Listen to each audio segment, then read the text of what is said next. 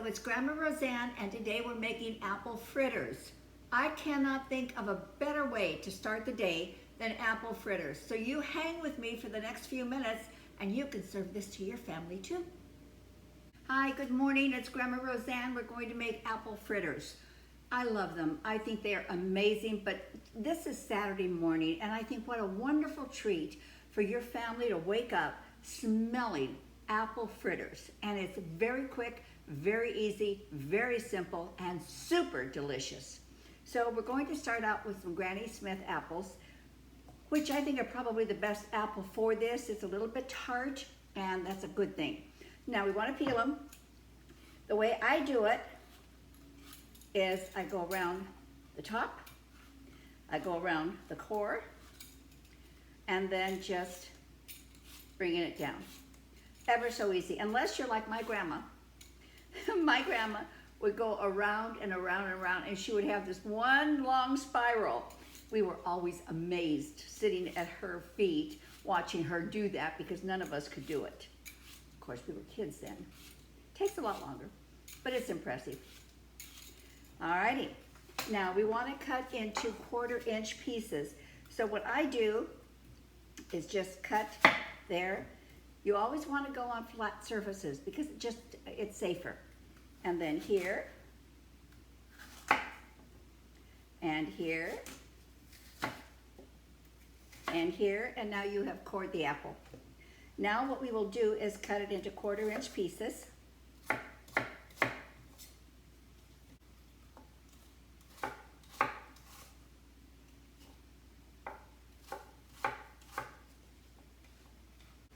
Now then you want to drain them. If you are using Granny Smith, and actually I had 3 small ones here, or 2 large ones is plenty. You want to drain them because you want to get that juice out of the apple. And I'm going to show you something we're going to do with the juice. Strictly optional, you don't have to do this, but it intensifies the flavor. Now if you're using a Granny Smith, you're not going to get a lot of juice. But the other apple I love to use for this is a Golden Delicious, and you will get a lot of juice out of that one. So we're going to set this aside while we finish the rest of the batter. Now it's a very simple, easy batter.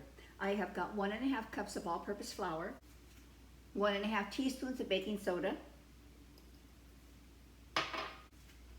1/2 teaspoon of kosher salt, 1/2 teaspoon of ground cinnamon, 1/4 teaspoon of ground ginger. Whoa, I almost dumped it on the counter. And then it asks for 1/8 of a teaspoon of nutmeg. I have no idea how much 1/8 is.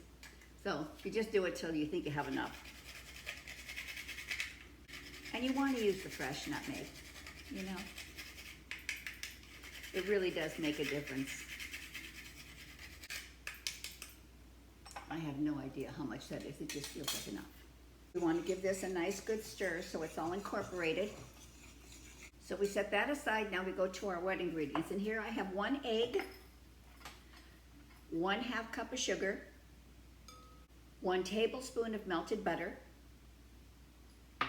And I let the butter get a little bit golden so it got a little bit more of that nutty flavor to it. And the recipe calls for 1/2 cup of sparkling cider.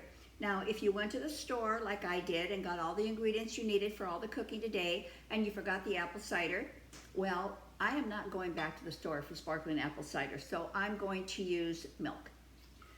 It's gonna be good either way. It'll probably be even better with the cider. I even had it on my grocery list and forgot it. Honestly. Just get those mixed up so you get that egg incorporated. Now it's simply wet ingredients into dry ingredients. It doesn't get any easier than this, honestly. Mix it up.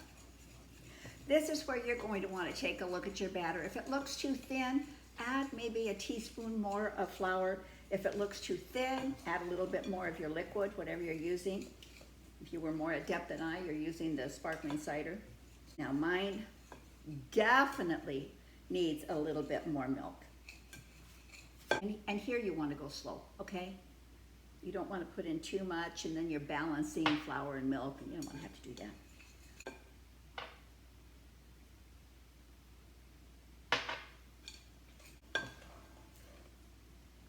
All right, I think that's about the right consistency. Can you kind of see that?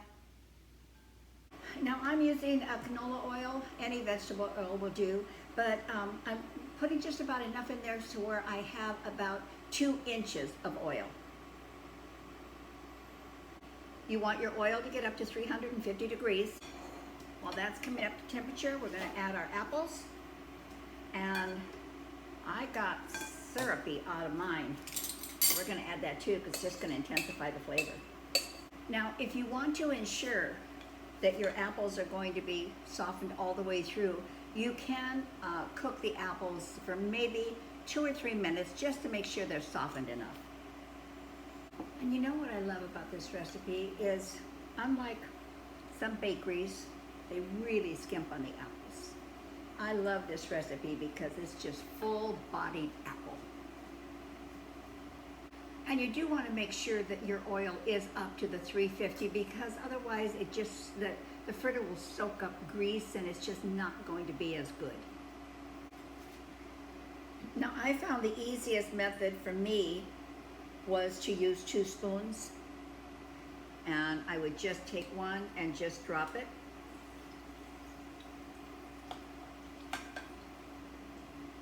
Peel it off with the other spoon. I like to flatten them out a little bit because I want to make sure that they're already cooked all the way to the center. I have no idea how good these smell right now. Oh. And they're only going to cook about 2 or 3 minutes on each side. You just want them nice and golden. I love batter when it's very polite. It doesn't stick to the bottom. This is a polite batter. They're getting nice and golden, but you'll also notice, you won't be able to see it here, but you'll notice that they start getting bubbles on the top of the fritter. That's telling you you're getting kind of close to flipping. I just go in and kind of check the bottom a little bit, see if it's golden enough. And a trick that I learned a long time ago, if you put them in clockwise, you always know which one was first, so you know which one to take out first. So I go clockwise and then plop one in the middle. They're starting to get there. I love making good stuff. And I use kind of a chopstick and a spatula to kind of turn them.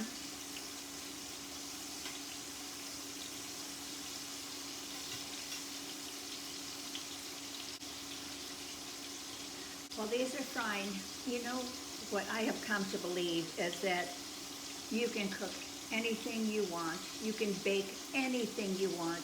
It does not take a lot of skill. Yes, it can take some practice, but it doesn't take a lot of skill. And especially now that we have YouTube, oh my goodness, you can go step by step by step and just become an incredibly creative and delicious preparer of food. You don't want to rush this part because you want to make sure that that is cooked all the way through. I'm pulling one out. I'm going to let it drain for just a moment, and then I am going to test it to make sure that it's cooked all the way through and that the apples are soft enough.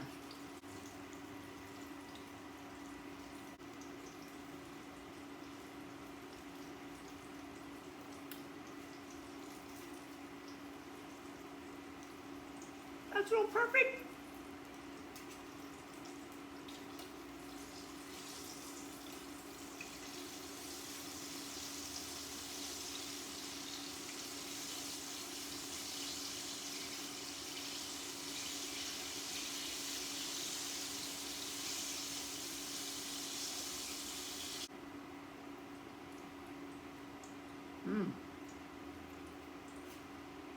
Huh. The first taste was for you, the second one was for me. That's really good.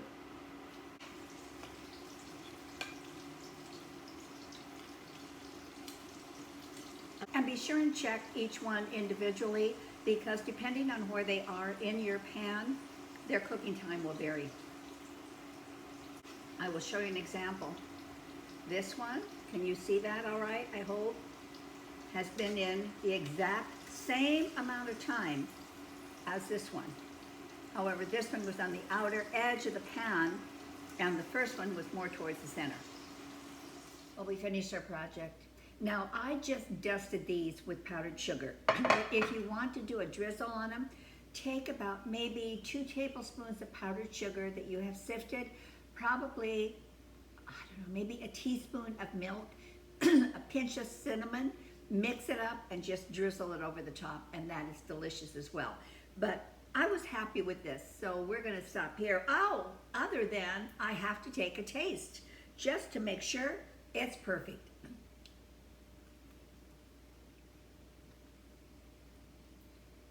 Perfect it is.